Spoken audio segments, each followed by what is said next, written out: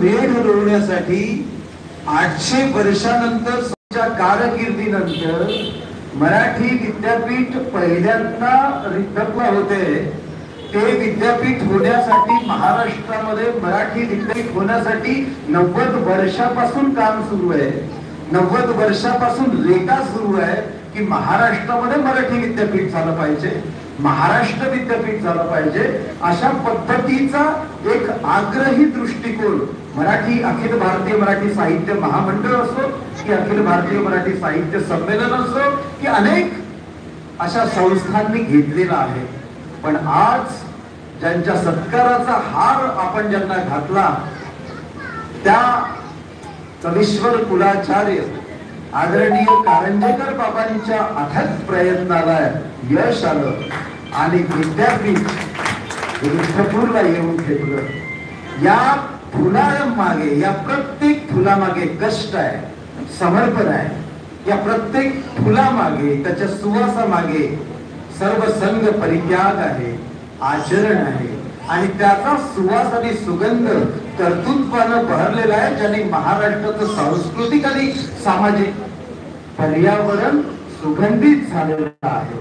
आणि म्हणून एक हिंदी शायर असं म्हणतो कि रखना है तो रख लो फूलों को अपनी दामन में, खुशबू तो मुसाफिर है राह में भटक जाएगी।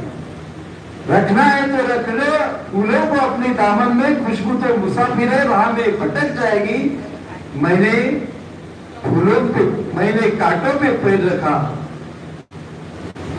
तो आपने फूलों पे पैर रखते गुलस्ता बना दिया।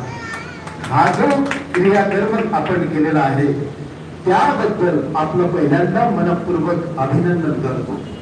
मी तुम्हाला सगळ्यांना सांगितलं पाहिजे की 1934 मध्ये कृष्णाजी प्रभाकर खाडेलकर यांच्या अध्यक्षतेखाली नागपूरला 19वे अखिल भारतीय मराठी साहित्य संमेलन संपन्न झालं आणि त्या साहित्य संमेलनामध्ये महामहोपाध्याय दत्त वामन कोचारांनी महाराष्ट्र विद्यापीठ निर्माण करण्याचा एक ठराव घेतला, तो संमत झाला। त्यानंतर मराठी भाषिकाचं स्वतंत्र राज्य निर्माण करण्याचा देखील ठराव 1938 मध्ये नागपूरला झाला।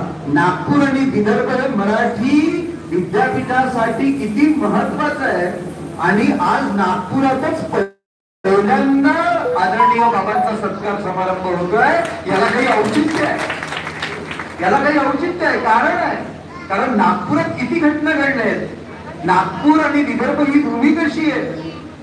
1938 मध्ये असेंब्लीमध्ये रामराव देशमुखांनी स्वतंत्र राज्य निर्मितीचा ठराव मांडला आणि संयुक्त महाराष्ट्र निर्मितीचा पहिला ठराव हाच होता असं लालजी पेंडसे यांनी महाराष्ट्राचं महामंथन अशा बृहत ग्रंथात नमूद केलं आहे। 1946 ला बेळगावला जे अखिल भारतीय मराठी साहित्य संमेलन झालं त्या संमेलनाचे अध्यक्ष दत्तराम माडखोलकर होते, तेही नागपूरचेच होते आणि त्यांनी संयुक्त महाराष्ट्राच्या चळवळीला बळ देणारा ठराव मांडला होता। तेव्हा नागपूर विद्यापीठाचं शिक्षणाचं माध्यम हे मराठी होतं आणि दत्त वामन कोतारांनी नागपूर विद्यापीठ हेच महाराष्ट्राचं विद्यापीठ होईल असं म्हटलं होतं। डॉक्टर बी कोलते नागपूर विद्यापीठाचे कुलगुरू असताना त्यांनी सुद्धा विद्यापीठाचा संपूर्ण कारभार हा मराठीत चालावा यासाठी अहोरात्र कष्ट घेतले होते आणि मराठी विद्यापीठ निर्माण व्हावं अशा प्रकारचा प्रयास केला होता। डॉक्टर कोलते साहेब सातत्याने स्वतंत्र मराठी विद्यापीठाचा पुरस्कार करत आले आणि त्याच्यासोबत या नागपूरच्या भूमीतले विचारवंत डॉक्टर भाल भोळे सर, वक्ता दश सहेश्रशू असे कीर्तनकार प्राचार्य राम शेवाळकर सारखे आणि डॉक्टर श्रीपाद भालचंद्र जोशी सारखे खंडे वाङ्मयी वक्तृत्व संपन्न असे वक्ते होते, विचारवंत होते। आणि मला तुम्हाला सांगितलं पाहिजे की मराठी विद्यापीठाच्या निर्मितीच्या संदर्भातल्या या बाबतीनं मला वाटतं या सगळ्यांचं स्वप्न या निमित्तानं पूर्ण होते, याचा मला फार आनंद आहे। या घटनांवरून आपल्याला असं लक्षात येते की नागपूर आणि विदर्भाचं मराठी विद्यापीठाच्या मागणी संदर्भातलं जे अभिन्न नातं आहे ते आपल्या लक्षात येते आणि ह्या नात्याचे पाईक खऱ्या अर्थानं माननीय कवीश्वर कुलाचार्य बाबा ठरतात याच्यासारखा दुसरा आनंदाचा आणि सौभाग्याचा क्षण कोणता असेल। अनेकांनी हे विद्यापीठ आपल्या भागात व्हावं याचे आटोकाट प्रयत्न केले। काहींनी तर मराठी विद्यापीठाच्या निर्मितीकडे संकुचित दृष्टी दृष्टीनं सुद्धा बघितलंय की मराठी विद्यापीठ कसं असावं. त्यांनी केवळ विद्यापीठात असलेला जो मराठी विभाग आहे त्या मराठी विभागाचा विस्तार व्हावा म्हणजेच मराठी विद्यापीठ होईल. पण तसं नाही. हे मी तुम्हाला सांगितलं पाहिजे का मराठी विद्यापीठ काढलं तर पारंपरिक विद्यापीठाला कोणतंच काम राहणार नाही आणि तो पांढरा हत्ती होईल. ही गुंतवणूक व्यर्थ ठरेल असाही वादंग तत्कालीन उच्च शिक्षण आणि तंत्र शिक्षणाच्या सगळ्या संचालकांनी घातला होता. तो प्रयत्न केला होता आणि म्हणून त्यानंतर 2013ला मराठी विद्यापीठ स्थापनासाठीचा ठराव मांडला गेला. पुढे खूप अखिल भारतीय मराठी साहित्य महामंडळ असो अनेक लोकांनी रेटा धरला. 2016 साली मराठी विद्यापीठाची संकल्पना सरकारकडे आली आणि अशा या मागणीमध्ये मराठी भाषेला अभिजात भाषेचा दर्जा मिळावाची मागणी केंद्र सरकारकडे तर धरू लागली असताना दर्जा तर मागे राहिला पण मराठी विद्यापीठ मात्र पुरा झालं याचा मात्र आपल्याला आनंद आहे. आता हे इतके प्रयत्न साहित्य संस्कृतीच्या क्षेत्रात सुरू आहे आणि ते सगळे सुरू असताना इकडे महानुभाव पंथाचे परमहंत कारंजेकर बाबा आपले पंथीय लोक आणि मराठी विद्यापीठाच्या रिद्धपूर स्थापनेचा शासन दरबारी प्रयत्न करत होता याची अनेकांना जाणीवही कदाचित नव्हती. हे आम्ही तुम्हाला सांगितलं पाहिजे. आणि हे सगळं करत असताना सर्वात महत्वाची गोष्ट की मग ह्या प्रयत्नांना तर यश आलंच. हे सगळं झालं पण आता शेवटी हे मराठी विद्यापीठ कसं असेल. मला वाटतं ह्याही प्रश्नाचं उत्तर आपण आपल्याला दिलं पाहिजे. आपण सांगितलं पाहिजे की रिद्धपूरला होणारं मराठी विद्यापीठ कसं असेल, काय असेल, काय भूमिका असेल या विद्यापीठाची. हा प्रश्न अनेकांच्या मनात आहे. शासनाकडे सादर केलेल्या रूपरेषेनुसार ते विद्यापीठ काही पारंपरिक विद्यापीठासारखं राहणार नाही. म्हणजे केवळ मराठी भाषा साहित्य बोली लोककला इत्यादीच ते असणार नाही. ह्या तर गोष्टी असेलच पण त्यासोबत सर्व प्रकारचं आधुनिक ज्ञान विज्ञान तंत्रज्ञान या सगळ्या संदर्भातल्या सर्व ज्ञान शाखामधील सर्व विद्याविषय कला सामाजिक शास्त्र मानवीय विद्याशास्त्र नैसर्गिक विज्ञान अभियांत्रिकी आयुर्विज्ञान तंत्र विज्ञान या सर्व स्तरावरचं अध्ययन अध्यापन आणि संशोधन आणि तेही मराठी माध्यमातून होणार आहे असं हे विद्यापीठ हे म्हणजे माहुरच्या बाबांनी आता तो प्रश्न निर्माण केला होता. हे विद्यापीठ म्हणजे असं याच्यामध्ये किंवा आता बाबांनी सांगितलं की याच्यामध्ये पुराण दस्तऐवज वगैरे ठेवण्यात आले असं जे समस्तरकर बाबांनी सांगितलं त्याच्याही संदर्भात मराठीमध्ये नवी शब्द संपदा या निमित्तानं निर्माण होणार आहे. सर्व ज्ञान शाखामधल्या ज्या ज्ञान संकल्पना आहे त्या मराठीतून सिद्ध कराव्या लागणार आहेत. या विद्यापीठाच्या निमित्तानं अन्य भाषातील जे ज्ञान आहे ते मराठीत आणण्यासाठी अनुवादाची आणि भाषांतराची प्रक्रिया या विद्यापीठाच्या माध्यमातून घडणार आहे आणि मराठी भाषा भाषा विज्ञान बोली आणि संस्कृती विषयी संशोधन केंद्र सुद्धा स्थापन करावं लागणार आहे आणि ते होणारच आहे या विद्यापीठाच्या माध्यमातून. दुर्मिळ प्राचीन आणि अर्वाचीन ग्रंथ हस्तलिखितांचा संग्रह हाही करावा लागणार आहे आणि पाठ्यपुस्तकाची निर्मिती ही मराठीतून प्रकाशित होणार आहे. हे अत्यंत महत्वाचं विद्यापीठ महाराष्ट्राच्या भूमीवर राहणार आहे. आपल्याला सांगायला मला आनंद होईल रामटेकला संस्कृत विद्यापीठ वर्धेला हिंदी विश्वविद्यालय आणि रिद्धपूरला मराठी विद्यापीठ. विदर्भाच्या भूमीला एवढी श्रीमंती लाभली याच्यासारखं दुसरं भाग्य कोणतं असेल.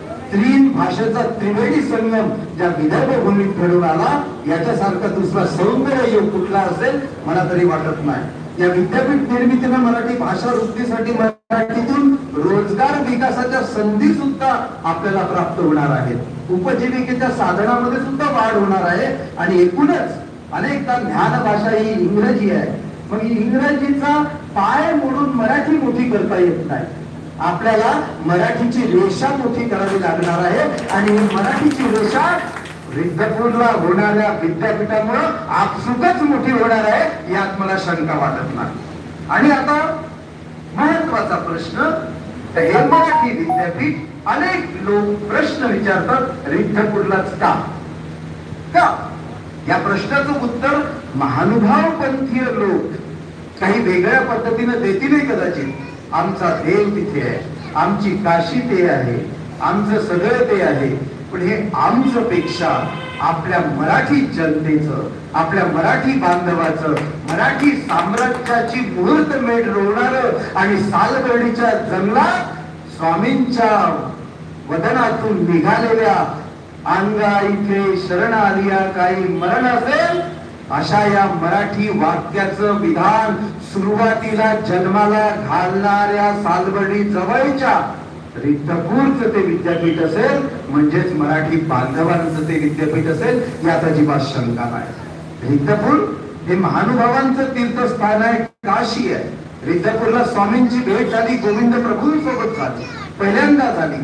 चक्र या होय म्हणे, चक्रधरू होय म्हणे असं म्हणत शेंगोळे फेकले. स्वामींनी ते घेतले आणि चक्रधर स्वामी म्हणून महाराष्ट्र भ्रमंती केली आणि त्यांचं कार्य तुम्हा आम्हाला सगळ्यांना माहित आहे. आणि रिद्धपूरच्या जवळच्या सालबर्डी जंगलामध्ये जे पहिलं वाक्य त्यांनी काढलं, ते पहिलं वाक्य मराठी भाषेतलं पहिलं विधान आहे. आणि म्हणून मराठी भाषा दिन त्या दिवशी व्हायला पाहिजे असाही पंथांनी संकल्प केलेला आहे. ही एक अतिशय आनंदाचं बाब आहे. महत्वाची गोष्ट, ज्या रामायणामध्ये कावळ्याच्या क्रौंच वधानं रामायणाची सुरुवात होते, ज्या महाभारतामध्ये एकलव्याचा अंगठा मागितला जातो आणि हिंसा झाली जाते, किंवा एकलव्याच्या माध्यमातून कुत्र्याच्या तोंडात बाण मारून त्याचं भुकणं बंद केलं जाते, त्या काळाच्या पार्श्वभूमीनंतर स्वामी त्याच्या कितीतरी पटीने पुढे जाऊन तिथे सशाला अभयदान देतात आणि या देशाच्या मूळ क्षेत्रवासी असणाऱ्या पारध्याच्या हातात ज्ञानसूत्र देतात, ज्ञानदानाचं कार्य करतात. याच्यासारखं दुसरं मोठं कार्य कोणतं असेल? आणि म्हणून ज्या रिद्धपूरला महदंबच्या ढवळ्याच्या रूपानं पहिले लोकगीत जन्माला घालणारे महदंबा जन्मले. महदंबचे ढवळे हे मराठी कवितेतले पहिले काव्य आहे, हे म्हणायला मला अतिशय आनंद होतो. आणि अत्यंत महत्वाची गोष्ट मित्र हो, रिद्धपूरच्या मातीवर स्वामींच्या आठवणीनं माहीम भटांच्या डोळ्यातून पडलेल्या अश्रूंना खऱ्या अर्थानं अर्थ प्राप्त झाला. हे अश्रू जे होते त्या अश्रूंच्या थेंबांनी इथे प्रतिभेची झाडं उगवली. मराठीतला आद्य गद्य ग्रंथ जो चरित्र ग्रंथ म्हणून प्रसिद्ध झाला, तो लीळा चरित्राला जन्माला घालणारी भूमी म्हणून रिद्धपूरचं अनन्य साधारण महत्व मराठी साहित्याच्या प्रांतात आणि मराठी साहित्याच्या इतिहासात गौरवाने नोंदविला गेलं. अशा भूमीवर जे अत्यंत पवित्र आहे, जे अत्यंत सर्जनशील आहे, जे अत्यंत सृजनशील आहे, जे अत्यंत पावन आहे, अशा मंगल भूमीवर या मराठी माणसांना सिद्धांत सूत्र, दृष्टांत पाठ, सूत्रपाठ आणि प्रमेय ग्रंथ देऊन मराठी जनतेवर नव्हे तर या जगावर उपकार करण्याचं कार्य ज्या भूमीच्या माध्यमातून घडलं, त्या भूमीवर हे मराठी विद्यापीठ होत आहे, त्याचा आम्हाला आनंद आहे. आणि ज्यांच्या माध्यमातून होतं त्यांचा सत्कार करताना याच्यासारखा दुसरा आनंद आम्हाला दुसरा कोणता असणार आहे. अशा या भूमीवर हे कार्य घडत असताना करंजेकर बाबा यांचं महत्वाचं कार्य. अनेक सगळे बाबांबद्दल बोलले. आज बाबांचा सत्कार आहे. बाबांबद्दल काय बोलणार, कोण बोलणार? बाबांचे संबंध, त्यांच्या संबंधाबद्दल बोलू शकाल का? त्यांच्या रिलेशनशिप. महानुभाव पंथात अतिशय महत्वाचं स्वामींनी सांगितलेलं सूत्र, उत्तम वक्तेय होवावे, सत्यार्जवी असावे.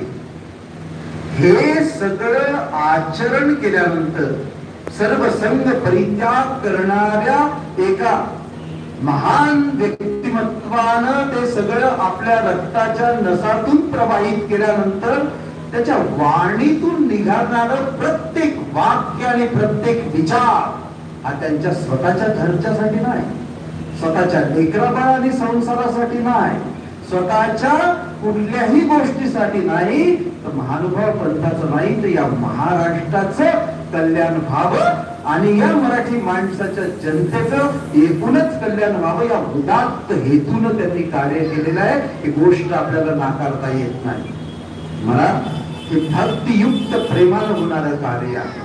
मित्रांनो, आपल्या सगळ्यांना माहित आहे की सेवा कोणी करते.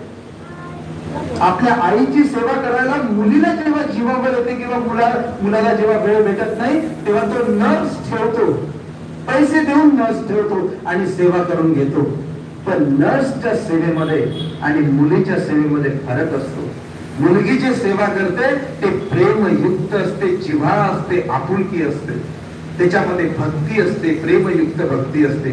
अशा अंतःकरण भक्तीनं रसलेल्या, ओथंबलेल्या, अशा प्रेमानं ओथंबलेल्या सेवा भावानं ही सेवा आदरणीय कारंजेकर बाबा करतात आहे, याच्यासारखा दुसरा मोठा भाग नाही.